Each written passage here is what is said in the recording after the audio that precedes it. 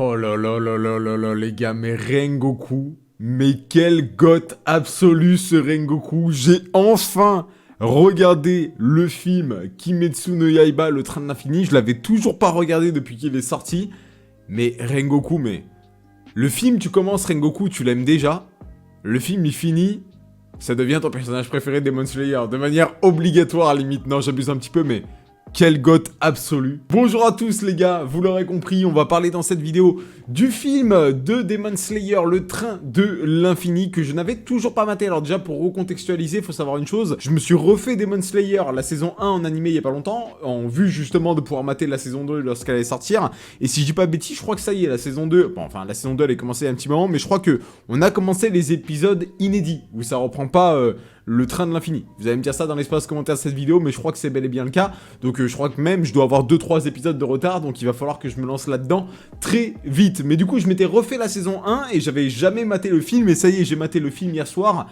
Et mais comment il est bien le film. Déjà, je m'attendais pas à ce qu'il dure aussi longtemps. 2 heures, c'est long pour un film d'animé, je trouve, mais il est passé à une vitesse, comme un train, littéralement, parce que le film, il est hyper bien construit, j'ai trouvé. T'as pas vraiment de temps de t'ennuyer, puisque t'as vraiment pas mal de personnages qui vont avoir du temps pour eux dans le film, que ce soit Tanjiro, bien sûr, qui est le personnage principal, donc Tanjiro, c'est celui qu'on va voir le plus, très certainement Rengoku en deuxième, et ça a été un pur plaisir, et limite, franchement, limite, hein, j'aurais aimé en voir plus de Rengoku dans ce film, on va en parler un petit peu après, mais également Zenitsu, Inosuke et Nezuko, qui ont quand même un bon temps également d'apparition sur le film, et le tout rend un ensemble très fluide en fait, j'ai trouvé, ça se regarde tout seul en fait, hein, littéralement, d'autant plus que, ça c'est pour la partie des héros, mais même les adversaires, donc la première lune inférieure et Akasa, si je dis pas bêtise, je crois que c'est comme ça qu'il s'appelle la troisième lune supérieure, et putain mais quel flow il a lui aussi d'ailleurs, incroyable, on va en parler tout de suite. Bon déjà, mon plus gros coup de cœur de ce film, forcément, c'est Rengoku. Rengoku, le film, il commence...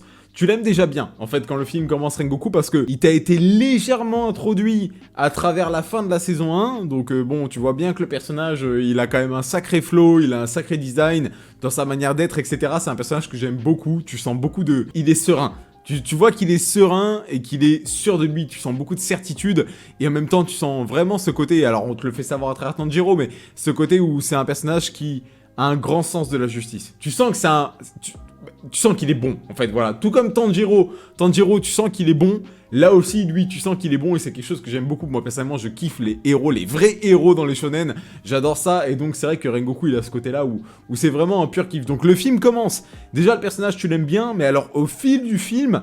tu vas apprendre à l'apprécier de plus en plus. Bah, comment? Bah, déjà, on le voit un peu plus dans son caractère. On voit que le personnage, bah, il est bon, il est sûr de lui, mais il est bon avec les autres également, tu vois. Il a vraiment ce sens de la justice. On te laisse entrevoir potentiellement que ça va devenir le sensei de Tanjiro. J'étais en mode, oh là là là là, Tanjiro qui va devenir élève du pilier de la flamme, incroyable. Ah ouais, parce que j'avais rien vu venir, hein. Je vous le dis directement, j'avais rien vu venir. Bien sûr, il y aura du spoil dans cette vidéo, donc ne restez pas sur la vidéo si vous n'avez toujours pas vu le film. Mais du coup, j'étais en mode, mais putain, mais il est trop classe, Rengoku, Tanjiro, ça va devenir son élève, ça va être incroyable, laisse tomber, il va devenir trop fort. On a également la palette de techniques de Rengoku, mais qui est exceptionnelle, qu'on va voir tout au long du film, cette palette de techniques qu'il a développée grâce à son sens de l'entraînement, et grâce à son sens de l'entraînement, grâce à sa vision des choses, en fait, je veux dire, c'est un personnage qui, il a charbonné, tu vois, il s'est entraîné dur pour en arriver là, et d'ailleurs, on nous le fait savoir dans la phase où il y a les intrus dans son esprit, qui essayent de détruire son noyau spirituel, on le voit, même en dormant, on nous le dit très bien, tu sais, il chope la petite, là, par le cou, en mode, il est en train de dormir, mais c'est mort, t'arriveras pas à prendre le dessus sur moi, mon esprit combatif, ma volonté, voilà, ma volonté est trop puissante. Et ça, c'est vraiment Rengoku, c'est la volonté de la flamme, tu vois. Et j'ai trouvé ça, mais tellement stylé tout au long du film, et surtout à la fin, apothéose ultime à la fin de cette volonté de Rengoku, mais c'est incroyable, incroyable, incroyable. Tanjiro également, dans ce film, je l'ai trouvé, mais encore plus attachant. Il est déjà très attachant, Tanjiro, tout au long de la saison 1, mais alors là... ça finit en fait d'être le cas avec Tanjiro dans le sens où lorsqu'il a le flashback, enfin pas le flashback, mais lorsqu'il est envoyé dans le pays des rêves et que du coup bah on le voit dialoguer avec sa famille, etc. Et le moment où il se rend compte que bah en fait tout ceci n'est qu'un rêve et qu'il doit avancer sans se retourner, vous savez c'est la fameuse scène où il est en train de vouloir quitter le rêve et il croise Nezuko, du coup qui n'est pas en démon dans son rêve, et tu vois à ce moment-là, moi à ce moment-là je me suis fait la réflexion, je me suis dit, te retourne pas. Te retourne pas, ne regarde pas Nezuko, surtout ne te retourne pas. Tu sais très bien que c'est pas ça la vraie vie, il faut que tu avances, il faut que tu ailles de l'avant. Et c'était mais tellement bien mise en scène, tellement... La métaphore, elle marche tellement, en fait, c'est simple, hein, mais la métaphore, elle marche tellement. Et Tanjiro qui va quitter ce monde des rêves, en plus, c'est trop cool parce que la manière dont c'est fait, c'est très brutal. Vous savez, le fait de devoir se suicider en se tranchant le cou, là, mais c'est extrêmement brutal. D'ailleurs, petite apparition de son père dans son rêve, j'ai trouvé ça plutôt cool aussi, mais c'est vrai que tu t'approches encore plus à Tanjiro avec ce film-là, je trouve, qui d'ailleurs devient vraiment pour moi, voilà, ça devient vraiment un homme. Bon, là, c'est fait, pour moi, il y a le avant et le après le film. Tanjiro, ça devient un homme par rapport à tout ce qu'il traverse, en fait, dans ce film. Justement, il accepte complètement que voilà, sa famille s'est terminée, alors il l'avait déjà très certainement accepté, mais là c'est dur parce que forcément il a l'épreuve de les revoir dans le rêve, ce rêve qui se veut plus réel que la réalité, et il y a également, bien entendu, cette perte tragique de Rengoku à la fin, où il se rend compte que même avec la plus grande volonté, même si Rengoku, c'était, voilà, il en avait plein les yeux en voyant Rengoku, il se disait putain mais limite je veux être comme lui quoi, il est incroyable. Et même malgré ça, le monde il est dur, le monde il est cruel, Rengoku va quand même mourir. Alors Rengoku va mourir en ayant accompli sa tâche, en ayant accompli sa mission. Absolument personne dans le train n'est mort, il a réussi à sauver l'entièreté de tous les passagers, tout en virevoltant de wagon en wagon, enfin c'était incroyable. Donc c'est vrai que on a ce côté, j'en remets une couche encore sur Rengoku, hein, mais Rengoku a été tellement bien mis en avant, notamment lui aussi d'ailleurs grâce au rêve, parce que avec ça en fait, on comprend d'où vient le personnage. On voit que ça n'a pas été facile pour lui, d'ailleurs j'espère sincèrement, vous allez me dire pour ceux qui sont au fait dans le manga, etc., mais j'espère sincèrement qu'il y aura quelque chose sur Rengoku à la suite. Parce que moi, j'étais en mode, à la fin, quand Rengoku il meurt, j'étais en mode, non, mais je veux pas qu'il meure, Rengoku, je veux en savoir plus sur lui, je veux continuer à en apprendre plus sur lui, comme on l'a vu dans son rêve, et je veux le revoir, Rengoku, je veux qu'il continue à nous le développer, je veux pas qu'il meure, tu vois, même si la mort, à ce moment-ci, elle est parfaite, en fait. C'est ce qu'il fallait faire. Parce qu'en mourant, il va transférer sa volonté à Tanjiro, justement, et très certainement à Inosuke et Zenitsu également, mais surtout à Tanjiro, forcément, et c'est le bon choix. Justement de le faire mourir ici, ce qu'on pourrait ne pas avoir, encore une fois, par exemple avec Merus dans Dragon Ball Super. Voilà, mais je veux dire, c'est bon de le faire mourir ici, mais j'espère sincèrement qu'on le reverra. Alors, c'est-à-dire pas qu'il va ressusciter, mais qu'on aura un spin-off sur son histoire. J'espère. Donc voilà, ça c'est quelque chose que je veux un spin-off sur l'histoire de Rengoku. Il était incroyable ce personnage, beaucoup trop stylé. J'ai beaucoup apprécié également le traitement de Inosuke dans ce film. Inosuke qui partage vraiment le second rôle, enfin le troisième rôle, parce que le premier rôle on pourrait dire que c'est Rengoku ou Tanjiro, ça se discute, mais voilà, en gros Inosuke il est juste derrière Tanjiro, et j'ai trouvé ça bien, le fait qu'il soit autant mis en avant que ça, parce que c'est un personnage qui est quand même très complexe en fait. Inosuke, on se rend compte que comme ça pourrait être juste une brute épaisse, etc., mais pas du tout, et on le voit bien à la fin d'ailleurs. À la fin, Tanjiro, il a besoin d'avoir Inosuke en ami. C'est Inosuke qui va lui dire « réveille-toi, t'entends ce que Rengoku il t'a dit là ? Il t'a dit qu'il faut pas que tu restes là à pleurer, la vie elle continue, il faut que t'avances. » Mais lui-même, il est en train de pleurer. Et j'ai trouvé ce traitement de Inosuke vraiment très bon. Parce qu'en fait, c'est loin d'être juste un débile, Inosuke, quoi. Il a vraiment son caractère à lui qui est très spécial. C'est un personnage qui est un peu rigolo, un peu entre guillemets, tout comme Zenitsu d'ailleurs, mais d'une autre manière. Sauf qu'en fait, il a une vraie profondeur, ce personnage-là. Et c'est quelque chose que j'ai beaucoup apprécié, qu'on mette vraiment en avant dans ce film-là. Chose à laquelle je m'attendais pas d'ailleurs. Je pensais vraiment que le film allait être autour de Tanjiro et de Rengoku. Je pensais pas que Inosuke allait avoir un rôle aussi important. Je le voyais plus un peu comme Zenitsu. Zenitsu était un peu plus en rentrée quand même dans le film.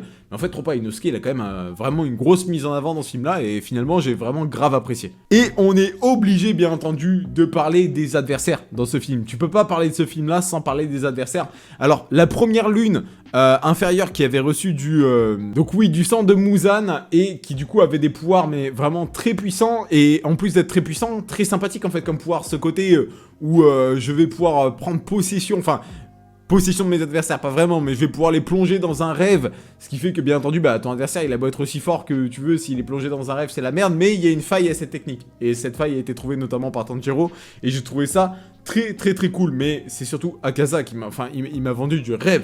Il m'a vendu du rêve. Déjà, pour commencer, je m'attendais pas à ce qu'il y ait un deuxième ennemi dans le film. Vraiment, honnêtement, je pensais que le film était terminé, moi, tu vois, on arrive à peu près à 1h20, 1h30 de film, j'avais pas spécialement vu la durée du film, et je me dis, là, ça y est, c'est terminé. Et en fait, c'est pas terminé, au contraire, comme dans un feu d'artifice, on a le clou du spectacle. Alors en fait, voilà, ça me semblait très bizarre parce qu'à ce moment-là, je me dis, attends, mais Rengoku, il a pas eu un rôle vraiment si important que ça dans le film. Tu vois, donc moi, à ce moment-là, je me dis, bah, plus tard, Rengoku, on va en voir grave sur lui, en fait. Mais pas dans le film. On en verra grave sur lui dans la saison 2 et à la suite de l'aventure, etc. Et en fait, mais je me suis pris une méga claque dans la gueule, en fait. Parce que, pourquoi je me prends une méga claque dans la gueule? Parce que déjà, le film, il est pas fini. Il y a un deuxième adversaire qui arrive à ce moment-là, beaucoup plus fort que le premier. Et surtout, Rengoku, on va le voir un maximum pendant 20 minutes. Mais on le verra plus après. Donc en fait, moi, j'ai pris une première claque, une deuxième claque et une troisième claque dans ma gueule. J'étais en mode, papa.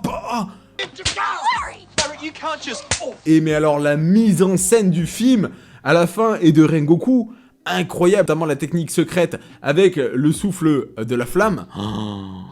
Qu'est-ce que c'est beau, qu'est-ce que c'est bien réalisé à l'écran. Et ce que j'ai kiffé, c'est qu'on a, jusqu'à la dernière seconde du combat, la volonté, en fait. C'est ça qui va caractériser Rengoku, c'est la volonté, quoi. Pour moi, on a vraiment la volonté du feu, tu vois, dans Rengoku. Et c'est quelque chose que j'ai mais trop kiffé. Le personnage, il en jette un max. Il abandonne jamais. Le moment où il a le bras de Akaza pris dans son corps, qu'il est en train de lui trancher le cou, qu'en même temps, il lui chope l'autre bras et tout, on a les veines qui sortent de partout, c'est trop bien réalisé, il gueule et tout, il est en mode « je te laisserai jamais partir, c'est mort, etc. » Je vais te couper la tête, mais c'était incroyable. Rengoku qui, malheureusement, finit par perdre le combat de manière physique, en fait, entre guillemets, parce qu'il n'a pas justement cette régénération, mais il le dira lui-même, c'est ce qui fait toute la beauté des humains. Et on voit toute la bonté, en fait, de Rengoku. On voit que Rengoku, c'est quelqu'un de bon, et c'est pour ça que, d'ailleurs, pour moi, il y a une grosse liaison entre Rengoku et Tanjiro. J'ai l'impression que les deux sont extrêmement liés dans ce côté bonté des choses. Les deux semblent vraiment être d'une pureté incroyable, et c'est quelque chose que j'aime beaucoup, et j'ai hâte d'en apprendre plus sur Rengoku. J'espère qu'on en apprendra plus, mais je pense que oui, vu que Tanjiro est envoyé vers la maison de sa famille, notamment pour rencontrer le petit frère de Rengoku, donc je pense que on va forcément en apprendre plus sur Rengoku, et j'ai trop hâte d'en savoir plus. Bon, honnêtement, j'ai surkiffé le film, mais top, vous l'aurez compris, Rengoku, incroyable. Tanjiro, qui est mon personnage préféré de Demon Slayer, hein, littéralement Tanjiro qui continue de prendre en assurance et de prendre en maturité, et qui en bave, en fait, il en bave un maximum, hein, Tanjiro dans Demon Slayer, c'est un truc de ouf, mais il a beau en baver, il va se relever, devenir plus fort, et c'est vraiment l'esprit shonen que je surkiffe. Je m'attendais pas à Inosuke qu'il ait un rôle aussi grand, donc j'ai bien aimé, et puis bah, les deux adversaires que, voilà, c'était pas en mode on les attendait spécialement, mais j'ai beaucoup aimé, mais surtout grosse surprise à la fin, bah, énorme surprise. Je pensais vraiment pas que Rengoku mourrait à la fin du film, vraiment, je vous le dis, je pensais pas, quoi. Quand le film commence, à aucun moment je me dis Rengoku il va mourir à la fin, vraiment. Alors peut-être naïf ou quoi que ce soit, je sais pas, mais à aucun moment je me dis ça. Surtout que, comme je vous dis, pendant 1h20, 1h30, il a pas un si gros rôle que ça dans le film Rengoku. Donc c'est impossible que tu dises qu'il va mourir, tu vois.